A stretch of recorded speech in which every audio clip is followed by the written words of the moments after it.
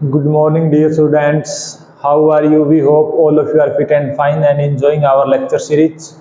जैसा कि बेटा आप सबको पता है कि हम 12th फिजिक्स का dual nature of matter and radiations chapter continue कर रहे हैं वीडियो लेक्चर्स के द्वारा। आज बेटा उसी सीरीज में हम एक इम्पोर्टेंट टॉपिक लेकर आए हैं, फोटो इलेक्ट्रिक इफेक्ट जो हम पढ़ रहे हैं, फोटो इलेक्ट्रिक एमिशंस, उसके लॉज और जो हमारे कुछ एक ग्राफ रह गए हैं, आज उन ग्राफ को डिस्कस करते हैं। तो बेटा सबसे पहले हम laws of photo electric emission को डिस्कस करना चाह रहे हैं। Laws of photo electric emission, सबसे पहले बेटा ये देखिए जो हमने अब तक पढ़ा हुआ है, क्या फोटो इलेक्ट्रिक एमिशन अगर थ्रेशोल्ड फ्रीक्वेंसी से कम फ्रीक्वेंसी की लाइट फॉल हो रही है, मींस अगर हमारे पास ये हमारा मेटल सरफेस, इसके ऊपर बेटा लाइट फॉल हो रही है, माने उसकी फ्रीक्वेंसी अगर थ्रेशोल्ड फ्रीक्वेंसी से ज़्यादा है, उस केस में बेटा इलेक्ट्रॉन का एमिशन होता है, जिनको हम क्या बोलते हैं, फोटो इलेक्ट्रिक एमिशंस। तो सबसे पहली कंडीशन या सबसे पहला लॉज बेटा यही रहेगा कि जब तक हमारा फ्रीक्वेंसी, जो हमारा सोर्स है, सोर्स ऑफ लाइट, या हम ये कहते हैं जो हमारे इंसिडेंट रेडिएशंस हैं, इंसिडेंट रेडिएशन की बेटा जब तक frequency greater than threshold frequency होगी, तब तक फोटो इलेक्ट्रिक एमिशन हमारा होगा। अगर फ्रीक्वेंसी फॉलिंग रेडिएशंस या इंसिडेंट रेडिएशंस की थ्रेशोल्ड फ्रीक्वेंसी से कम हो जाती है बेटा, उस केस में हमारे पास फोटो इलेक्ट्रिक एमिशन नहीं होगा। तो हम पहला रूल या पहला लॉज में यही लिखेंगे, जो हमारे पास frequency must be greater than threshold frequency, means this is frequency of incident radiations, जो रेडिएशन फॉल हो रही है, and this is called threshold frequency. बेटा इन सब को हम डिटेल में ऑलरेडी पढ़ चुके हैं। आज जो हमने फोटो इलेक्ट्रिक एमिशन के अंदर देखा है, उसी के अकॉर्डिंग कुछ लॉज बना रहे हैं फोटो इलेक्ट्रिक एमिशन के। तो पहला लॉज क्या रहेगा, फोटो इलेक्ट्रिक एमिशन कब स्टार्ट होगा, जब जो हमारी इंसिडेंट रेडिएशन है उनकी फ्रीक्वेंसी थ्रेशोल्ड फ्रीक्वेंसी से ज्यादा होगी। उस केस में बेटा इन इंसिडेंट रेडिएशन के बाद इतनी एनर्जी होगी, इतनी कैपेबल होगी जो एनर्जी है, कि वो वर्क फंक्शन से ग्रेटर हो, ताकि इलेक्ट्रॉन्स को बाहर निकाल सके। दूसरा लॉज बेटा हमने एक ये देखा कि जो हमारा इंटेंसिटी था, अगर हम इंटेंसिटी को इंक्रीज कर रहे थे तो नंबर ऑफ फोटोन इंक्रीज हो रहे थे, ऐसा हम ऑलरेडी देख चुके हैं बेटा। इंटेंसिटी को इंक्रीज करने से नंबर ऑफ फोटोन इंक्रीज हो रहे थे, काइनेटिक एनर्जी के ऊपर कोई फर्क नहीं पड़ रहा था। ये बेटा इसके ऊपर हमने एक अलग से भी लेक्चर बनाया, इंटेंसिटी और फ्रीक्वेंसी, आप वहां से भी देख सकते हैं कि जो नंबर ऑफ फोटोन है, नंबर ऑफ फोटो इलेक्ट्रॉन, जो फोटो इलेक्ट्रॉन बाहर निकल रहे हैं, फोटो इलेक्ट्रॉन एमिशन, या फोटो इलेक्ट्रॉन जो इजेक्ट हुए हैं, उनका नंबर बेटा किस पर डिपेंड करेगा, number of photo electron will be directly proportional to intensity. Means if we are increasing और decreasing intensity, the number of photons falling, yeah, we can say that the number of photoelectrons that are coming out from the metal surface will also be increase or decrease as respect to intensity। अगर बेटा intensity increase होगी, number of photons falling increase होंगे, number of photo electrons increase होंगे। अगर हम intensity को decrease करें तो नंबर ऑफ फॉलिंग फोटोन, या we can say that number of photo electron that is coming out from the metal surface will also be decrease. तो बेटा the number of photo electron है that will also be directly proportional to intensity.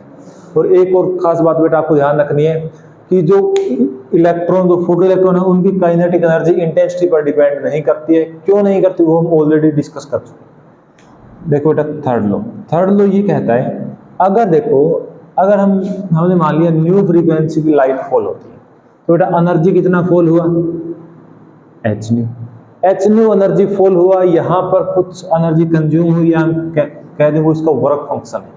तो बेटा जो energy बच गई वो कहाँ जाएगी, kinetic. Means h nu will be equal to work function plus kinetic energy. Work function बेटा किसी भी मेटल का कांस्टेंट होता है। अगर हम न्यू में फ्रीक्वेंसी में चेंज करेंगे तो हमारे पास काइनेटिक एनर्जी क्या होगी, change. Means kinetic energy of photo electron will be directly proportional to the frequency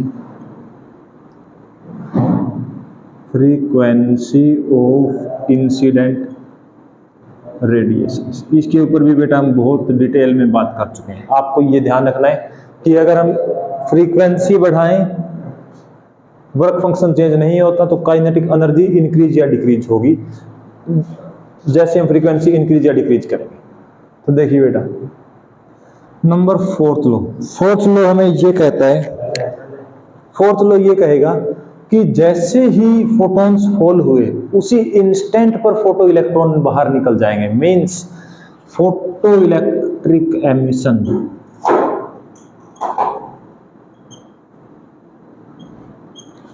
is instantaneous. जो फोटो इलेक्ट्रिक हमारा प्रोसेस है वो उसी इंस्टेंट पर स्टार्ट हो जाएगा जैसे हमारे फोटॉन्स फॉल होना स्टार्ट होना। तो ये है बेटा मेनली 4 लॉज जिनको हम क्या बोलते हैं, laws of photo electric emissions. तो बेटा ये आपको ध्यान रखना है, ये हमने जो अब तक फोटो इलेक्ट्रिक इफेक्ट पढ़ा हुआ उससे हमने ये, आप ये कह सकते हो हमने उनसे कंक्लूजन निकाले। चलो बेटा अब हम थोड़ा और आगे मूव करते हैं। और आगे हमारे कुछ ग्राफ्स रह गए हैं। मेन ग्राफ हम पढ़ चुके हैं, लेकिन बेटा कुछ इस टाइप से भी ग्राफ बोर्ड और नीट जेईई में पूछे गए हैं जो कि हमारे लिए वो भी करना इंपॉर्टेंट रहेगा। तो सबसे पहले ग्राफ्स के अंदर हम अगर बेटा बात करें फ्रीक्वेंसी की, हम बात करें किसकी, फ्रीक्वेंसी ऑफ इंसिडेंट सोर्स किस पर डिपेंड करेगा, फोटो इलेक्ट्रिक करंट। इसको हम बोलते हैं बेटा फोटो इलेक्ट्रिक करंट। एक चीज बताओ, क्या फ्रीक्वेंसी के इंक्रीज डिक्रीज करने से क्या हमारा करंट इंक्रीज डिक्रीज होगा? जो मैक्सिमम करंट है बेटा वो सिर्फ इंटेंसिटी पर डिपेंड करता है, कितने इलेक्ट्रॉन बाहर निकलेंगे करंट उस बात पर डिपेंड करेगा, और कितने फोटो इलेक्ट्रॉन निकल रहे हैं वो इंटेंसिटी पर डिपेंड करता है, ना कि फ्रीक्वेंसी के ऊपर। लेकिन हमें ध्यान ये रखना है कि जब तक थ्रेशोल्ड फ्रीक्वेंसी नहीं आएगी तब तक हमारे पास इलेक्ट्रॉन का एमिशन नहीं होगा या हमारे पास फोटो इलेक्ट्रॉन बाहर निकलेंगे ही नहीं। फोटो इलेक्ट्रॉन नहीं है तो बेटा करंट भी क्या रहेगा, 0। और उसके बाद फ्रीक्वेंसी पर डिपेंड नहीं करता। फोटो इलेक्ट्रिक करंट किस चीज पर डिपेंड करता है, इंटेंसिटी के ऊपर। तो बेटा ये ग्राफ ध्यान रखना है कि ये क्या रहेगा, कांस्टेंट, फ्रीक्वेंसी पर डिपेंड करेगा ही नहीं। अगला ग्राफ है बेटा फ्रीक्वेंसी और काइनेटिक एनर्जी का, हम ग्राफ पहले पढ़ चुके हैं। फ्रीक्वेंसी और स्टॉपिंग पोटेंशियल का भी हम ग्राफ पहले पढ़ चुके हैं। आज हम देख रहे हैं आई और स्टॉपिंग पोटेंशियल,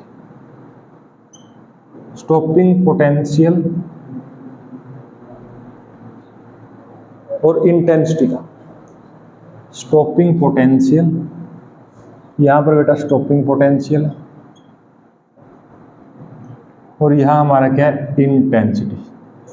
ये ग्राफ क्या आएगा, स्टॉपिंग पोटेंशियल हमारा है क्या, जो मैक्सिमम काइनेटिक एनर्जी के इलेक्ट्रॉन्स हैं उन इलेक्ट्रॉन को स्टॉप करने के लिए हमने कितना पोटेंशियल लगाया। तो बेटा काइनेटिक एनर्जी किसके ऊपर डिपेंड करती है, फ्रीक्वेंसी के ऊपर।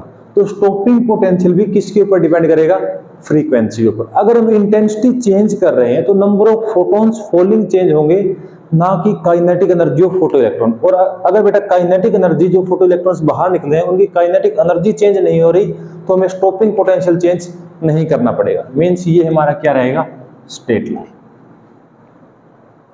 आई होप आपको क्लियर हुआ होगा। एक और ग्राफ है बेटा, ये हमारे पास फोटो इलेक्ट्रिक करंट है और ये हमारे पास टाइम है। जो फोटोन फॉल होंगे, फोटो इलेक्ट्रॉन बाहर निकल जाएंगे। इस एमिशन के दौरान बेटा कितना टाइम डिफरेंस होता है, मतलब कितने टाइम के बाद ये फिनोमिना स्टार्ट हो जाता है। जैसा कि हमने पहले ही पढ़ा, इंस्टेंटेनियस मींस जो टाइम है वो बहुत ही कम है। तो ये बेटा टाइम का जो डिफरेंस है, मतलब जो करंट हमारा सैचुरेट होगा, करंट हमारा कांस्टेंट आएगा, वो बहुत में ये हमारे पास क्या रहेगा, इसको हम बोलते हैं बेटा टाइम कितना, 10⁻⁹ सेकेंड। मीन्स ये ग्राफ हमें क्या शो कर रहा है कि जो फोटो इलेक्ट्रिक करंट है वो सैचुरेशन की स्टेट में पहुंच जाएगा कितने टाइम के बाद, 10⁻⁹ सेकेंड। मीन जैसे ही फोटोन फॉल होंगे, फोटोन के फॉल होते ही जो इलेक्ट्रॉन है निकलना स्टार्ट कर देंगे और जो करंट है वो फ्लो होगा सर्किट में। लेकिन करंट कितने टाइम के बाद मैक्सिमम सैचुरेशन स्टेट में पहुंच जाएगा, 10 raised to power minus 9 second, means in a very small time interval the current will be maximum, that is called as saturation current. तो बेटा ये थे हमारे पास ग्राफ्स। अब बेटा फोटो इलेक्ट्रिक इफेक्ट के almost we have done all graphs. बेटा ये ग्राफ इसलिए इंपॉर्टेंट है क्योंकि हम जो फोकस करते हैं वो मेनली फ्रीक्वेंट, जो हमारे पास ग्राफ है फोटो इलेक्ट्रिक करंट का स्टॉपिंग पोटेंशियल अप्लाइड के साथ at different frequency and different intensity, हमारा फोकस उन्हीं के ऊपर हम रखते हैं। लेकिन जब इस टाइप के ग्राफ आते हैं तो हम कंफ्यूज हो जाते हैं। है कुछ नहीं बेटा, है बिल्कुल कंसेप्चुअल, बिल्कुल सिंपल सा, तो आपको ये ध्यान रखना है। Okay, thank you so much, have a nice day, nice to see you, thank you so much बेटा, keep sharing with your friends.